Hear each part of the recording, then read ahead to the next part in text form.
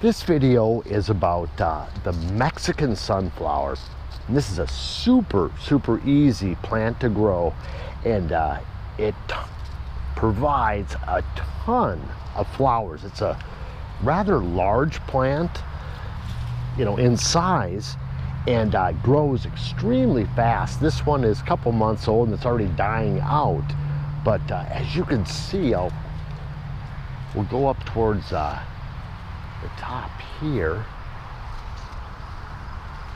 and the bees absolutely love the Mexican sunflower as well as the butterflies.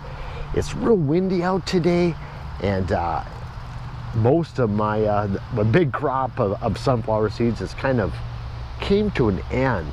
But what I've noticed is you know, these Mexican ones really, they tend to stick around a little bit longer than the regular sunflowers.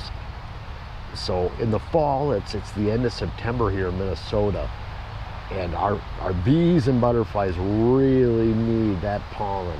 It's really starting to get hard to find. So, you know, a sunflower garden is always a great idea because it does give them lots of pollen. But as you can see too, the Mexican sunflower, they're tall.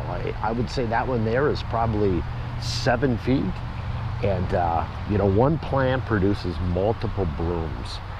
So, you know, next time, probably next spring, definitely try, you know, planting a few of the Mexican sunflowers. They're you know, beautiful orange color, and really attract the bees and the butterflies to your garden. So if you have any questions, you know, please leave them below, and if you haven't subscribed, please do, and make it a great day.